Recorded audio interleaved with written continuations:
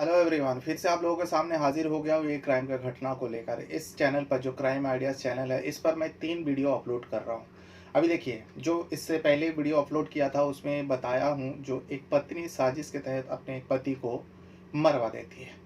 उससे पहले वाला वीडियो में भी मैंने इसी पति पत्नी के विवाद को लेकर एक वीडियो बनाया था, जो पति पति को पत्नी साजिश के तहत उस पे भी मार।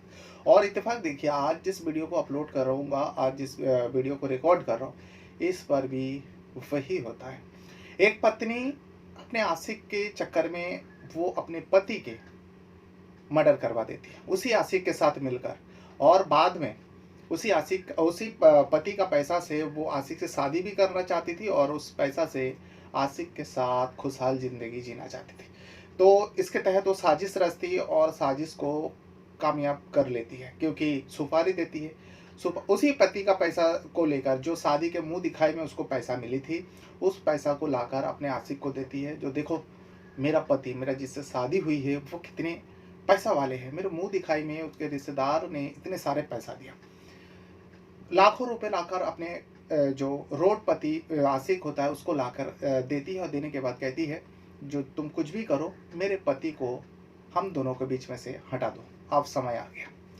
अब वो जो आशिक होता है उस पैसा को ले लेता है। लेने के बाद वो सोचता है, जो मैं इस काम को करूंगा तो मैं फंसूंगा, खुद तो नहीं करूंगा, मैं किसी से करवा देता हूँ। तो जो सुपारी किलर है, जो पैसा लेकर किसी का भी जान लेता है, उसको कांटेक्ट करता है। और कांटेक्ट करने के बाद इस जो मामले को अंजाम तक पहुंचा देता है। पहुंचा तो देता है, लेकिन वो जो क्रिमिनल होता है, जो सुपारी किलर होता है, वो उस व्यक्ति को मार भी देता है, लेकिन उसका जान नहीं जाता। 2 दिन तक वो तड़पता रहा। 2 दिन बाद आखिरकार अपनी ज़िंदगी से वो जंग हार जाती है। जैसी जंग हारती है, उससे पहले ये पुलिस मामला बन गया था, पुलिस केस बन गया था। जब पूरे छानबीन होता है, पूरा डिटेल खंगाला जाता है, तभी इस पत्नी का सच्चाई सामने आता है। जो परिवार तो क्या, आम इंसान को भी, जो पराया इंसान होता है, उन्हें भी यकीन नहीं हो रहा था। जो कोई अपने पति के साथ, वो भी महज शादी को 15 दिन हुई थी, तो 15 दिन की शादी में ऐसा क्या हो गया जो पत्नी ने ऐसा कर दिया। अगर शादी नहीं करनी है तो साफ साफ इनकार कर देती, लेकिन उस लड़की को ऐसा करने की क्या ज़रूरत है। इसके पीछे कहीं ना कहीं बहुत बड़ा राज है। तो आज इसी घटना को बताने जा रहा हूँ। घटना है औरैया डिस्ट्रिक्ट का। औरैया डिस्ट्रिक्ट में एक लड़की है, नाम है प्रकृति। आपने न्यूज़ में देख रहे होंगे। प्रकृति जो है, शादी की उम्र होता है तो वो बहकने लगती है, यानी उसके जो कारनामा है घर वाले को मालूम पड़ता है। जो लड़की इधर उधर लड़कों से बातें करती है, और ख़ास करके एक लड़का का नाम आता है जिसका नाम है अनुराग यादव, जो प्रकृति के घर से थोड़ी ही दूर में उसका घर है, यानी गांव का ही है। अब अनुराग यादव के साथ प्रकृति का जो उठना बैठना, घूमना, बातें करना, गांव का है तो सारे लोगों को पता चला इन दोनों के बीच में अफेयर है, दोनों का चक्कर चल रहा है। बात लड़की के परिवार तक पहुंचता है। लड़की के परिवार सोचता है ऐसा ना हो बदनामी कर दे, तो उससे पहले इस लड़की का शादी करवा देते। अब लड़की का शादी करवाने के लिए लड़के का तलाश करता है, लेकिन लड़की प्रकृति जो है साफ साफ इनकार करती रही। जो मैं शादी नहीं करूँगा, मैं अभी शादी बिल्कुल ही नहीं करूँगी। घर वाले उसके ऊपर प्रेशर देता, जो तू शादी नहीं करेगी लेकिन तू बदनाम करेगी। तो उस लड़का से बातें करती है, ऐसा ऐसा इधर उधर जाती है। ये सब सही है, लेकिन तू शादी नहीं करना चाहती है, शादी तुझे करना ही पड़ेगा। प्रेशर दे देकर लड़की को अब टॉर्चर करने लगे घर वाले, जो तुझे शादी करना ही पड़ेगा। लड़की साफ साफ इनकार कर रही थी, जो मैं शादी नहीं कर। इसी बीच जो प्रकृति है, उसका एक बड़ी बहन भी है, नाम है उसका पारुल। पारुल को भी ये सब घर का मसला मालूम पड़ा, जो उसकी छोटी बहन ऐसे ऐसे हरकतें कर रहा है, जिससे घर वाले का बदनामी हो रहा है, आसपास वाले ताना मार रहे हैं। तो प्रकृति जो है, प्रकृति की जो बड़ी बहन है पारुल, वो अपने माँ बाप को बताती है, अपने परिवार को बताते हैं, जो देखो लड़की की शादी जो है, तुम इधर उधर लड़का तलाश करो, क्यों ना मेरा देवर के साथ इसका शादी करा दो, जिसका नाम होता है दिलीप। अब इस बात को सुनने के बाद परिवार वाले खुश हो जाता है, क्योंकि पारुल जिस फैमिली में शादी करके गया था, वो फैमिली कोई छोटा मोटा फैमिली नहीं था, बहुत धनी परिवार होता है, धनी व्यक्ति होता है। और दिलीप जो है उसके देवर, पारुल के देवर, वो भी बहुत भला लड़का था, और उन लोग का बिजनेस अच्छा था, क्रेन का बिजनेस है। और 10-15 क्रेन उन लोग के पास है और फेमस है उस एरिया में, उस डिस्ट्रिक्ट में। तो इसीलिए जो प्रकृति के माँ-बाप, पारुल के माँ-बाप हैं, उन लोग ने कहा, जो बेटा अगर ये ऐसी बात है, अगर ये शादी हो जाए तो कोई बात ही नहीं बनती। जब प्रकृति को बताया गया, क्योंकि परिवार वाले अब तक तो लड़का तलाश रहा था, लेकिन सामने से लड़का का ऑफ़र आता है। पारुल को बताया जाता है, क्या तो तेरे परिवार, तेरे देवर के साथ मेरी बेटी का रिश्ता कराएँगे? पारुल ने कहा, हाँ, मेरे देवर की शादी की उम्र हो गया, अगर मैं बात करूँगी तो लोग ना नहीं करेंगे। तो पारुल के परिवार, मायके वाले एकदम खुश हो जाते हैं और कहते, बेटी तो फिर इस रिश्ते को पक्का समझ ले हम लोग की तरफ से। तू जाकर अपने ससुराल वाले में बात कर, तेरे पति से बात कर, तेरे देवर से बात कर। पारुल वैसे ही करती है, अपने परिवार में जाकर, अपने फैमिली में जाके पति को बात बताती है, देवर को बात बताते हैं। देवर ने उस प्रकृति को देख चुके थे, ठीक-ठाक थी, खूबसूरत थी। जो पारुल के ससुराल वाले हैं, कि उसके बड़े बेटे का साली है, सब लोग जानते थे, जा चुके थे उनके परिवार में। इसीलिए सब लोग ने सोचा चलो ठीक है, एक ही घर के दोनों लड़की रहेगी, जब पारुल इतनी अच्छी है तो छोटी वाली भी व्यवहार अच्छा करेंगी, दोनों बहन साथ-साथ में रहेंगे, झगड़ा विवाद नहीं होगा। इसीलिए पारुल के परिवार ने इस शादी से राज़ी हो जाता है और दिलीप के साथ शादी करवाने के लिए तैयार हो जाता है। कोई दहेज नहीं, कोई लेन-देन नहीं। अब यहाँ प्रकृति के परिवार के लिए और क्या हो सकता है, सबसे बड़ा रिश्ता है। इतने बड़े परिवार में दोनों बहन साथ में रहेंगे, ना तो दहेज देने की ज़रूरत है, एकदम रिश्ता पक्का हो जाता है। अब प्रकृति को ना करने का कोई वजह ही सामने नहीं आ रहा था। इसी बीच प्रकृति भी मान जाती है, जो चलो ठीक है, आप लोग अगर चाहते हो, जो पारुल दीदी के देवर से मुझे शादी करना पड़ेगा, दिलीप से, तो ठीक है। सब कुछ तैयारी हो जाने के बाद 5 मार्च को शादी हो जाती है। 5 मार्च को शादी होती है, धूमधाम से, बड़ी धूमधाम से शादी हो जाती है। यहाँ प्रकृति के परिवार भी सोचता है चलो ठीक है, अब बदनामी से बच गया। वहाँ जाकर रहने लगती है और प्रकृति का जो मुँह दिखाई का रस्म होता है, उस मुँह दिखाई में, क्योंकि दिलीप लोग जो है पैसा वाले थे, उनके रिश्तेदार भी पैसा वाले हैं। मुँह दिखाई के रस्म जो है, उस रस्म में प्रकृति को बहुत सारे पैसा मिला था, बहुत सारी चीज़ें मिली थी। उस सारे पैसा को इकट्ठा करके बस 5 दिन में वो ससुराल से मायके आ जाती है, क्योंकि उसको दिल ही नहीं लग रहा था अपने आशिक के सिवा, क्योंकि उसका आशिक इसी गाँव में रहता था जिस गाँव के प्रकृति थी। अब वो सारे पैसा लेकर आ जाती है। आने के बाद मायके में रहने लगती है। उसके बाद दूसरा ही दिन, जिस दिन आती है उसके दूसरे ही दिन वो ये कह के जाती है, जो मेरी सहेली से मैं मिलने जा रही हूँ। ठीक है, अब घर वाले में अब कोई रोक टोक नहीं लगाता। पहले तो रोक टोक लगा रहा था, जो आशिक से मिलने जाती है, ऐसा ऐसा बदनामी कर देगी, कहीं भाग जाएगी। लेकिन शादी हो गया, सब कुछ ठीक ठाक चल रहा था, खुश था। तो जो मैं अपने सहेली से मिलने जा रही हूँ, चली जाती है प्रकृति। उसके बाद वो घर भी आती है। दूसरा तीसरा दिन, यानी ये घटना हुई 12 दिन बाद। 5 तारीख को शादी हुई और 17 तारीख को उस लड़का के साथ, जो दिलीप है, एक हादसा होता है। दिलीप को हादसा हो जाता है, ससुराल वाले में फ़ोन आता है, यानी प्रकृति के घर में फ़ोन आता है, जो दिलीप को जानलेवा हमला हुआ है, उसे अस्पताल ले गया गया। अस्पताल ले जाया गया और परिवार में बड़े दुखों की पहाड़ टूट पड़ी। लेकिन प्रकृति नहीं गई थी अपने पति को देखने के लिए। 17 को उसके ऊपर जानलेवा हमला होता है, 2 दिन तक वो जीवित रही। आखिरकार 19 तारीख आते-आते 19 मार्च को वो दम तोड़ देता है। अब यहाँ पुलिस केस बन गया था, पुलिस छानबीन कर रहा था। जब उसके मौत हो जाता है, यानी 19 तारीख को, 19 मार्च को उसका मौत हो जाता है दिलीप का, तब यहाँ पत्नी प्रकृति भी दहाड़े मार मार के, छाती पीट पीट कर अपने ससुराल में जाकर रो रही थी। मैं 15 दिन में वो विधवा हो गई। सारे लोग हैरान हो गए थे, जो देखो एक लड़की का शादी हुई, मैं 15 दिन में वो विधवा हो गई। बहुत ज़्यादा रो रही थी। प्रकृति के साथ साथ प्रकृति के घर वाले, प्रकृति की बहन, सारे लोगों को आंसू आ रहे थे बाहर। लेकिन पुलिस का काम था, क्योंकि ये नॉर्मल नेचुरल डेथ तो नहीं था, उसे मारा गया था, उसे गोली मारा गया था। 2 दिन तक जीवित रहे, उसके बाद वो अपना ज़िंदगी बचा नहीं पाया, डॉक्टर ने तो दम तोड़ दिया। उसके बाद पुलिस सोचता है, जो जहाँ पर जिस जगह पर हादसा हुआ है उस जगह का सीसीटीवी खंगालते हैं। बहुत सारे सीसीटीवी खंगाला, उस मरने वाला दिलीप का कॉल डिटेल निकाला, यानी सीडीआर निकाला, जो किस किस से बातें होती थी। बातें तो ऐसे किसी से होती नहीं थी जो ऐसा संदिग्ध लगे, बस परिवार के ही लोग थे या फिर कामकाज से जुड़े हुए ऐसे लोगों से बातचीत होती थी।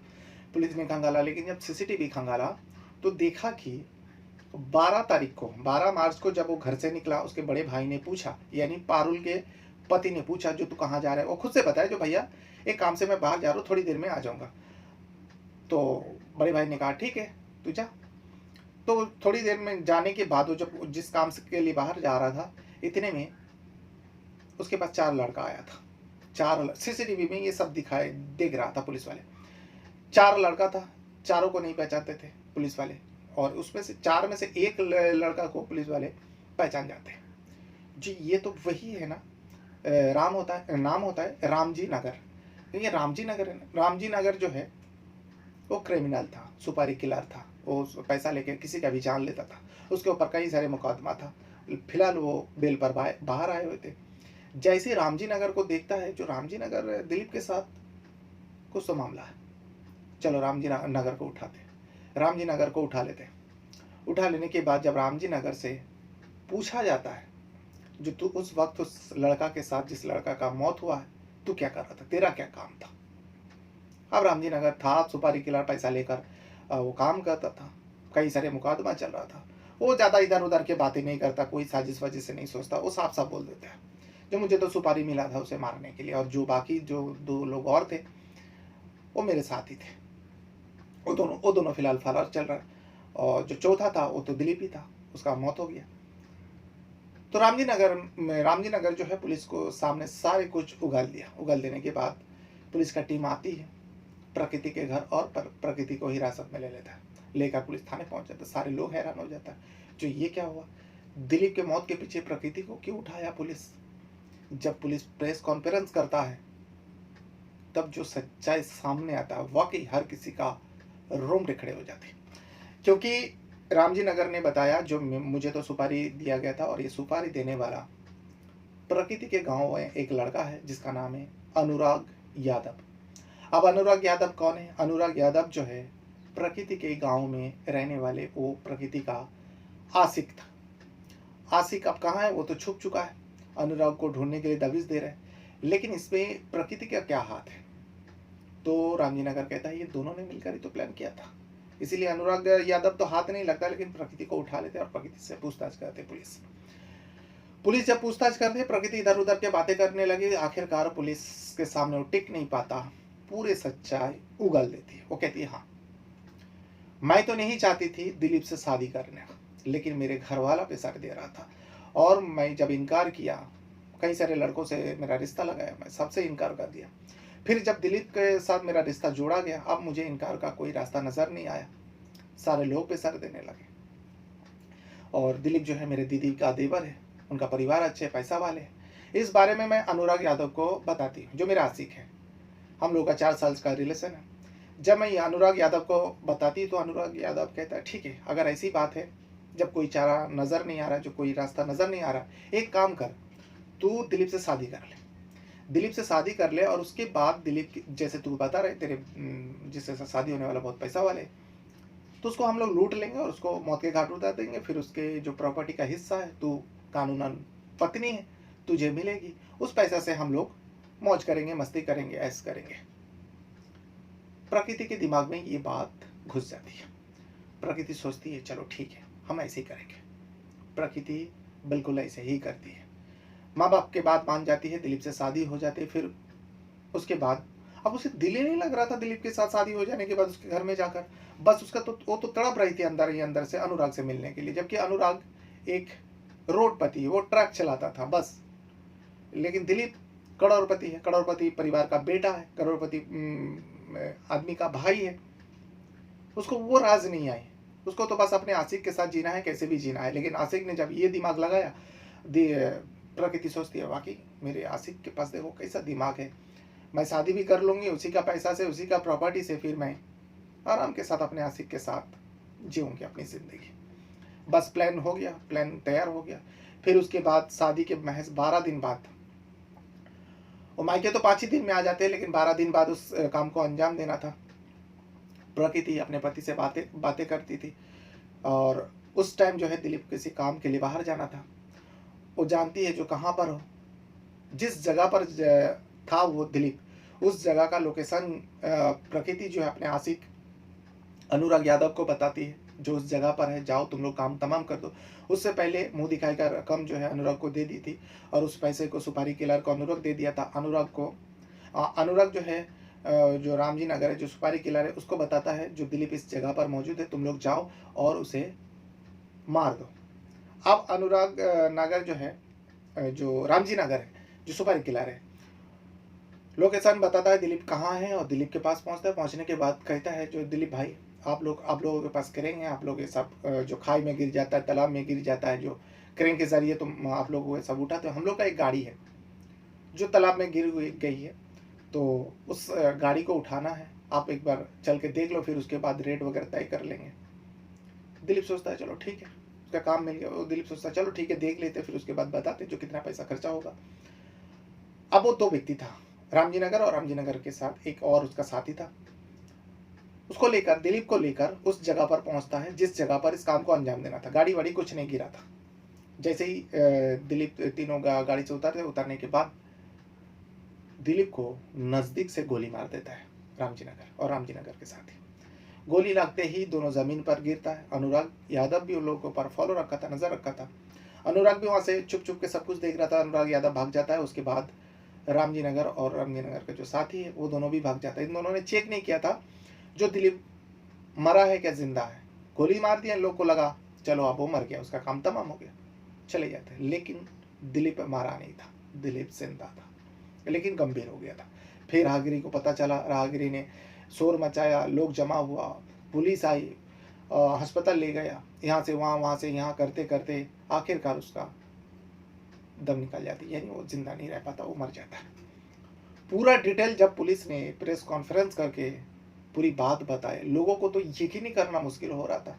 जो कोई पत्नी महज उसकी जो हाथों की मेहंदी है उसका रंग फीका भी नहीं पड़ा था, उस पत्नी ने अपने आशिक को पाने के लिए उस आशिक के साथ षड्यंत्र रचते हुए अपने पति को, करोड़पति पति को रास्ते से हटा देती है। जैसे कि उस मेरठ के मामले में देखा गया, एक करोड़पति पति को एक खाक पति कह सकते हैं जिसके पास कुछ भी नहीं है, उस आशिक को पाने के लिए मुस्कान रस्तोगी जो है ऐसे काम को अंजाम दिया था। वही मुंबई में एक फिल्म सेट पे काम करने वाला जो गोरेगांव में रहते थे, अपने आशिक को पाने के लिए उसका भी पत्नी इसी तरीके से अपने पति को रात को सोते वक्त पहले बेहोशी का गोली दिया गया, फिर उसके साथ अपने आशिक के साथ मिलकर गला घोट देती है। वाकई ऐसे लड़कियों को कैसे समझाया जाए, जो अच्छे खासे ज़िंदगी जीने वाला माँ बाप ने अच्छे खासे लड़का देख के शादी करवा देते, लेकिन आशिक के चक्कर में आशिक को पाने के लिए ऐसे ऐसे घिनौना काम को अंजाम दे देता है।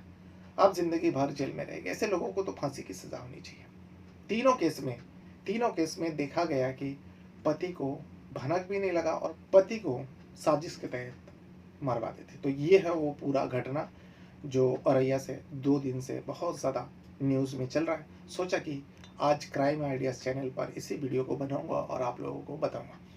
तो वीडियो छोड़ने से पहले वीडियो को लाइक और चैनल पर पहली बार है तो चैनल को भी सब्सक्राइब कर लीजिए। कुछ कहना है, कुछ बताना है, कमेंट बॉक्स में आप अपना राय ज़रूर दीजिएगा। वीडियो को यहाँ तक देखने के लिए आप लोगों का बहुत बहुत धन्यवाद करता हूँ। अपने साथ साथ अपना परिवार का भी बहुत ज़्यादा ख्याल रखिएगा। Thank you very much. जनपद औरैया का थाना सहार क्षेत्र के अंतर्गत 19/3/2025 को 112 पर एक सूचना प्राप्त हुआ कि गेहूं का खेत में एक व्यक्ति घायल अवस्था में पड़ी है। इसमें प्रथम दृष्टि ऐसे प्रतीत हो रहे कि कोई अज्ञात लोग द्वारा उनके साथ गंभीर रूप से मारपीट करके घायल कर दिया गया। सूचना मिलने पर 112 का पुलिस तुरंत मौके पर पहुंचा और थाने के पुलिस के सहयोग से और जनता का सहयोग से तुरंत ही उस आदमी को इलाज हेतु हॉस्पिटल भेजा गया है और उस आदमी का पहचान दिलीप यादव का हुआ है, जो मूलतः मैनपुरी का निवासी है और हाल में औरैया का दिव्यापुर इलाके में रह रहा था। प्रस्तुत व्यक्ति को 3 दिन बाद उनका इलाज के दौरान उनका मृत्यु भी हो जाता है और इलाज के दौरान ये भी पता चलता है कि उनको किसी ने गोली भी मारा है।